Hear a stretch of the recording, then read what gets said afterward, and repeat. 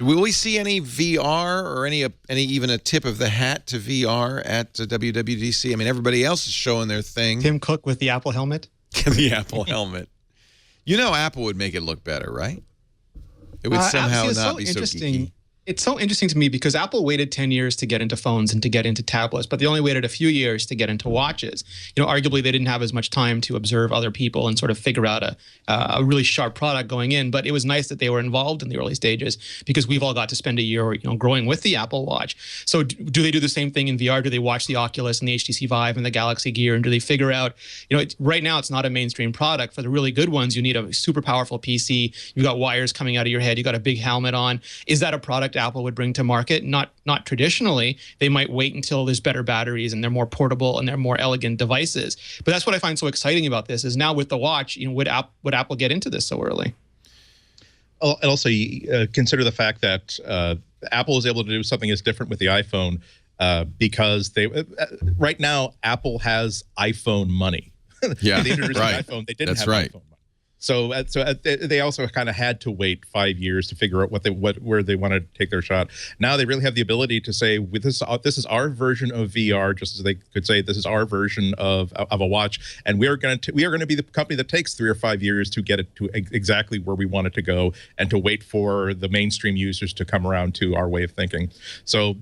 There's definitely been a lot of movement in VR in Apple, particularly in the past year and a half. Whether they're going to have something to announce at WWDC, I'm not sure, because the difference between having something that looks like it's pointing towards a real thing and having even an API, let alone hardware that they can ship, is a really big thing. I think it requires a certain amount of strategy that they haven't decided upon yet, and they're not so self-conscious about themselves that the fact that the Android side of things is doing so much of moving forward in VR, and they're not going to lose any sleep over that whatsoever. Yeah, I'm wondering if Apple might just recuse themselves in this one, or just say, yeah, we'll leave it to you guys.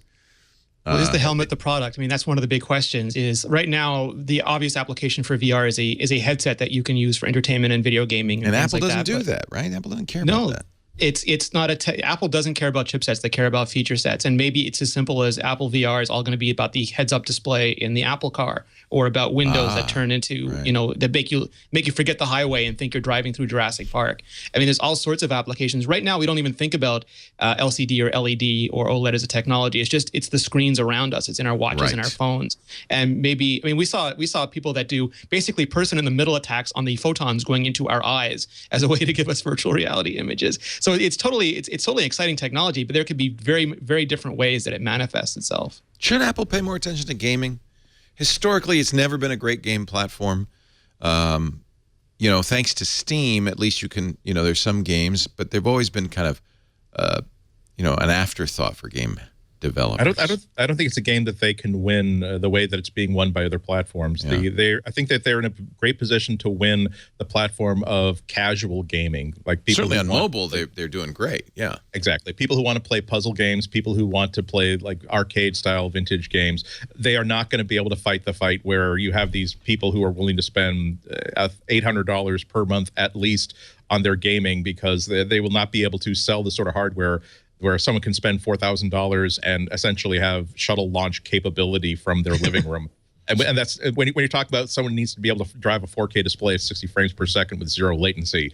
Apple would have to create an entire new company version of themselves just to get that to the market. And the people who buy that sort of stuff, they don't really care about the kind of aluminum that's used to create the cooling bridge for the CPU. They just want the frame rate. So it's not a market that I think Apple's well suited for. So maybe this is just not going to be. They're not going to.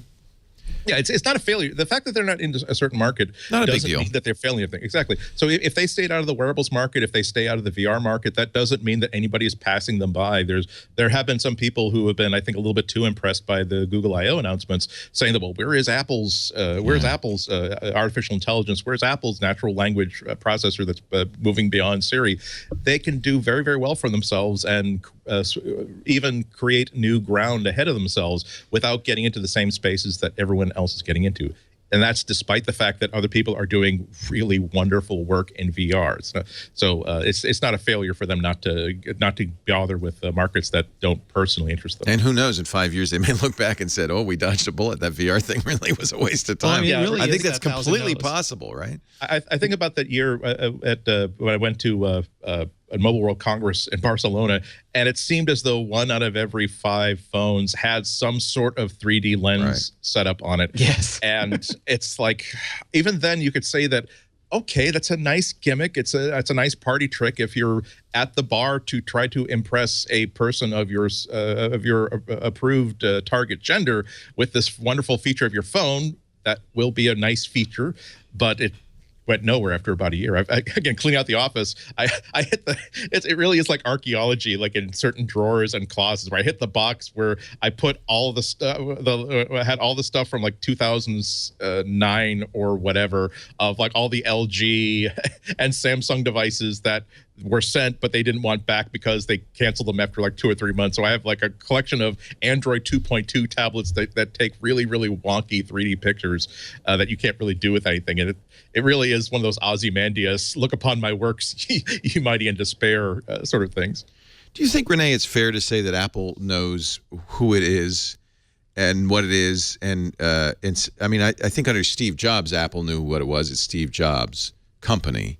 But now that Apple does know who it is and is comfortable enough in their role to say, yeah, we're not going to chase the gaming market. We're not going to chase the VR market.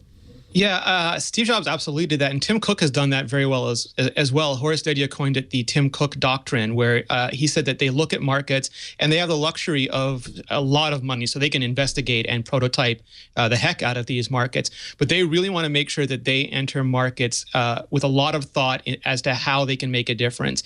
And for Apple, that means that they can deploy a product at scale that helps make that product mainstream and accessible to the market in a way that has never been done before. And even if it's a super interesting technology, if they can't do those things, if they can't meet those criteria, they're happy to say no. They said 1,000 no's for every yes, and that means they literally have to try like 1,000 different labs and experiments and prototypes to figure out that one thing they're going to ship, like a watch or like maybe a car one day. And there's a lot of things they never ship, like television sets, and that's core to their culture. I mean, people told them if they didn't do netbooks, they'd be done. If they didn't do this or that device, they'd be done. People now, I have friends who have HTC Vive or Oculus, and they're like, this is so compelling. If Apple doesn't do this, they're done. This one's different, but everyone is different. And I think Apple, for me, the concerning part with Apple is when and if they ever did become reactionary and just start throwing out unfinished products to sort of keep up with what everybody else is doing. I think you're right. I think that that's something very hard to do, even in a company this small. It's hard to look at something and say, is that who we are? Is that something we want to pursue? It's FOMO. Or not? And I think, it's FOMO, fear of missing out. And I think if you look at Google or Microsoft, they clearly have difficult time saying, oh, no, we're not going to do that. I disagree with that. No, you agree. I disagree. I totally disagree with that. Yeah. There's a difference between calling your shot with a great amount of deliberation and precision and wanting to explore an unfinished product.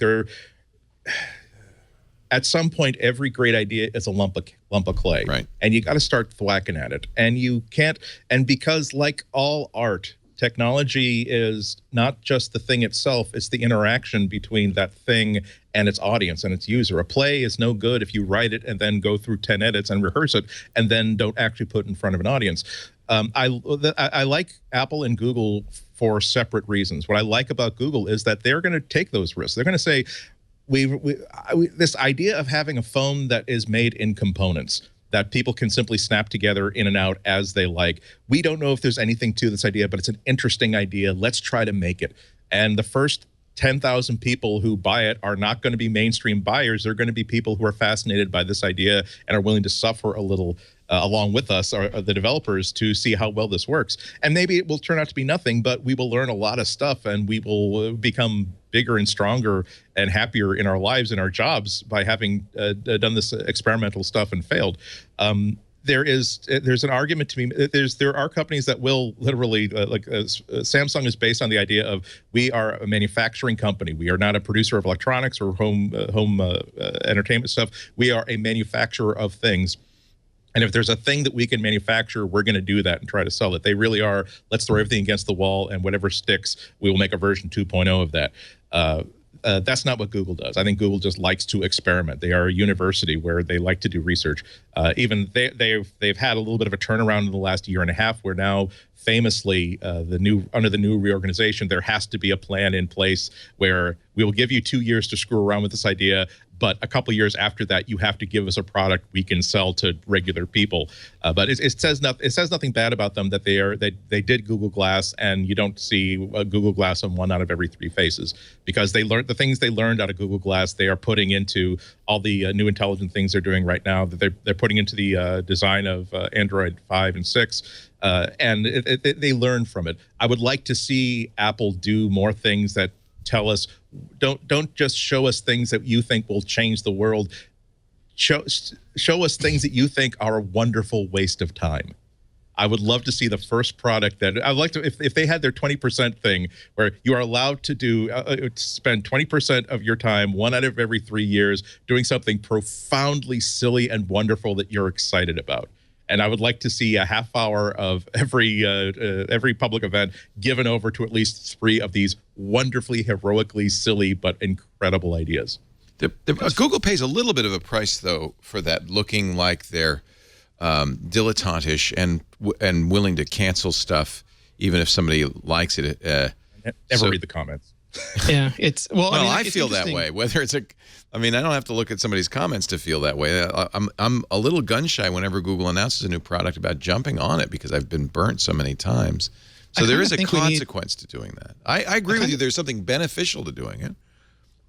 It's just maybe two different ways of doing it. We benefit from having both approaches. Like the Googles and the Samsungs will put a lot of things in the field, and then Apple will take its time, mostly will take its time, and put out a very coherent version of it that doesn't have all the features. But Apple could not do what they do without all the market research done by the companies who do go to market faster. And a lot of, well, people will say this company is copying this or that from Apple. That's the return price they pay. Apple does the research and comes up with a very simplified version, and then that informs the next iterations of those products. Very different ways of doing business, yeah. It's an incredibly symbiotic relationship. And when you say Apple should do this, like, you know, Andy's doing it in a very rational way, but some people just say Apple has to do moonshots or Google has to learn to focus. That's not how those cultures work. It's sort of like saying Rene has to have everything in his house that Andy has in his house. Right. We're very different. Everything about us is different, and that's reflected in how we work. And it's good that we have these sort of differences. And Johnny Ive, like he once said, and I thought it was a really good statement. And Johnny Ive actually, like, he talks the way he talks on video. That's just Johnny Ive. Was that, you know, he can create all these products and he can put them out on market, but it's not until he sees how people use and interact with them that they become real, that he starts to understand what they mean, and then they iterate from there. And that's the same approach. They just sort of take it a little bit further down the line of where they see the product before they introduce it. So both approaches, I think, are super valuable for us as consumers.